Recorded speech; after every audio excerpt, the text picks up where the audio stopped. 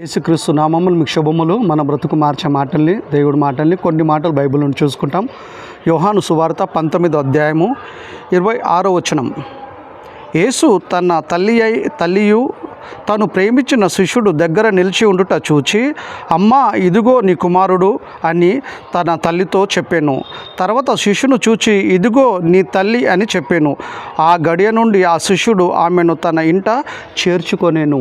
ఈ మూడో మాటను మనం ఏమి నేర్చుకోవాలంటే, సంవత్సరంకి ఒకసారి గుడ్ ఫ్రైడే రోజు మనం పలకటానికి కాదు ఈ మాట చెప్పింది ఆయన. మన జీవిత కాలము మనము ఈ మాటను అనుసరించటానికి, ఆ మాట ప్రకారం మనం బ్రతకటానికి. నా పెళ్ళి అయిపోయింది, నా భార్య, నా పిల్లలు, నా కుటుంబం అని చెప్పి చాలామంది తల్లిదండ్రులు నిర్లక్ష్యం చేస్తున్నారు. కానీ యేసుక్రీస్తు శిలువ మీద చనిపోయే పరిస్థితుల్లో కూడా ఇంక కొన్ని గంటలు చనిపోతాననం కూడా యేసుక్రీస్తు పుట్టిన తర్వాత మరియమ్మకు పిల్లలు ఉన్నారు, కుమార్తెలు ఉన్నారు, కుమారులు ఉన్నాడు, భర్త ఉన్నాడు. భర్త పిల్లలు ఎవ్వరు రాలేదు కదా.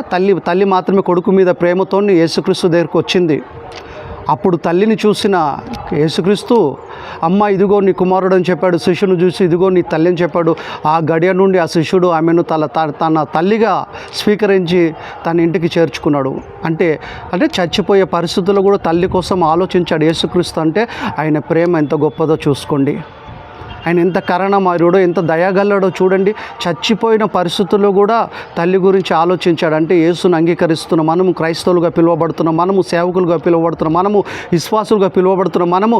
మన జీవితంలో ఇలాంటి మనసు కలిగి మనం ఉండాలా. తల్లిదండ్రులను ఎట్టి పరిస్థితుల్లో నిర్లక్ష్యం చేయొద్దు. తల్లిదండ్రులను బాధ పెట్టొద్దు, తల్లిదండ్రులను ఇబ్బంది పెట్టొద్దు. మనము తల్లిదండ్రులను సన్మానించాలా.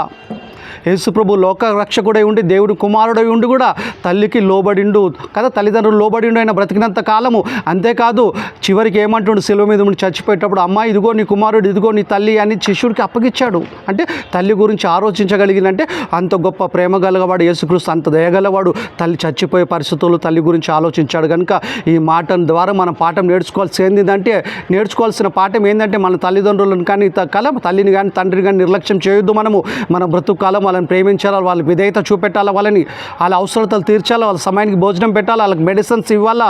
వాళ్ళ విషయంలో మనం మనసు నొచ్చుకోవద్దు. వాళ్ళు చెప్పిందే మళ్ళీ చెప్పినా మనం విసుకోకుండా ఎంతో ప్రేమతో వాళ్ళని చూడాలి. ఎందుకంటే వాళ్ళు కూడా మనల్ని అలానే చూసి పెంచాడు. కనుక యేసుక్రీస్తు పలికిన మూడో మాటల అర్థం ఏంటంటే, అమ్మ, ఇదిగో నీ కుమారుడు, ఇదిగో నీ తల్లి అన్నాడంటే దాని అర్థం ఏంటంటే, మనం కూడా తల్లి విషయంలో, తండ్రి విషయంలో చాలా బాధ్యత కలిగి జీవించాలని అర్థం. ఈ సమయాన్ని ఇచ్చిన దేవుడికి యేసునామమున కృతజ్ఞతాస్తుతులు.